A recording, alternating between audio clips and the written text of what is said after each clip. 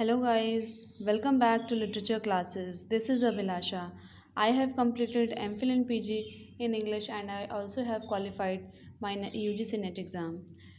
Now I am going to discuss a novel that is Gothic novel.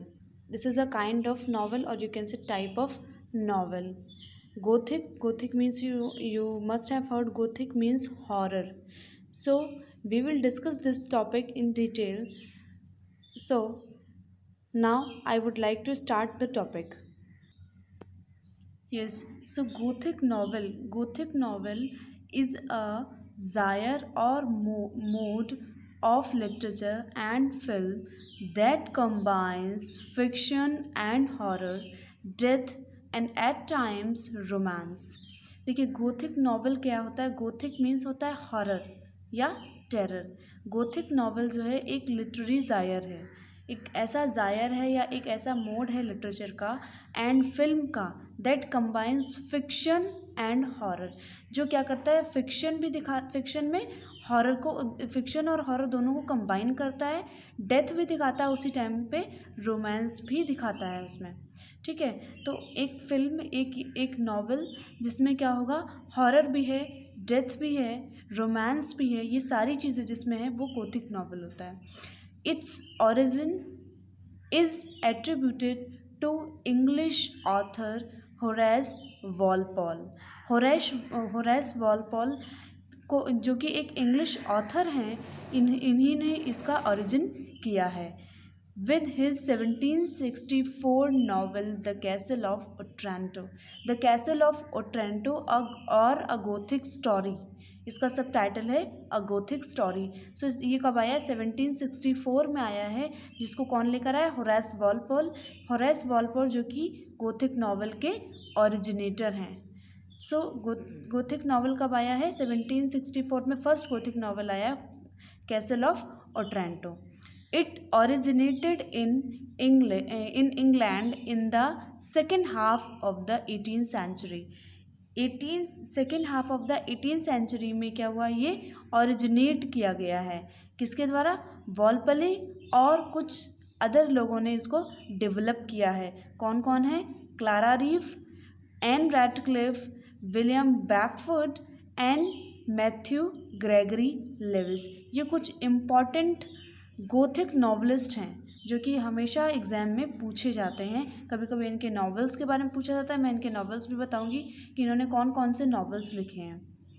So the genre had made much success in the 19th century. इस genre को बहुत ज़्यादा success कब मिली है? 19th century में मिली है. Age witnessed in the prose, जैसा कि प्रोज में मैरी शेली का फ्रैंकेनस्टीन वर्क आया है and the works of Edgar Allan Poe. और किसके? एडगर एलन पो के वर्क्स आए हैं. एडगर एलन पो ने कुछ स्टोरीज़ लिखी हैं जो कि क्या हैं? गोथिक स्टोरीज़ हैं. And Charles Dickens with his novella Christmas Carol. Charles Dickens ने लिखा है क्रिसमस कैरॉल, जो कि नॉवल नहीं, नोवेला है, novella. And in poetry in the works of एस्ट्री Coleridge and Lord Byron. मैंने बताया 19th सेंचुरी में इसको बहुत ज़्यादा सक्सेस मिली है क्योंकि इसमें कुछ प्रोज वर्क्स आए हैं, जैसे कि एस्ट्री कोलरिज, लॉर्ड बायरन और चार्ल्स डिकेंस लेकर आए हैं. मैरी शेली का फ्रैंकेनस्टीन आया है इसी एज में. The name Gothic which originally referred to the Goths. जो नेम है गोथिक जो एक वर्ड है वो कहाँ, किसको रेफ़र करता है? गोथ्स को रेफ़र करता है. And then came to mean German, यानी जो गोथ्स थे, यानी कि ये किसको रेफ़र करता है? जर्मैनिक ट्राइब थी, उसको रेफ़र करता है ये. To the medieval gothic architecture, और एक मिडीवियल गोथिक आर्किटेक्चर जिसमें in which many of these stories take place. एक ऐसा गोथिक आर्किटेक्चर जिसमें क्या हुई, बहुत सारी स्टोरीज इसमें से वहाँ पे हैपेंड हुई हैं या यहाँ पे उसको प्ले किया गया है.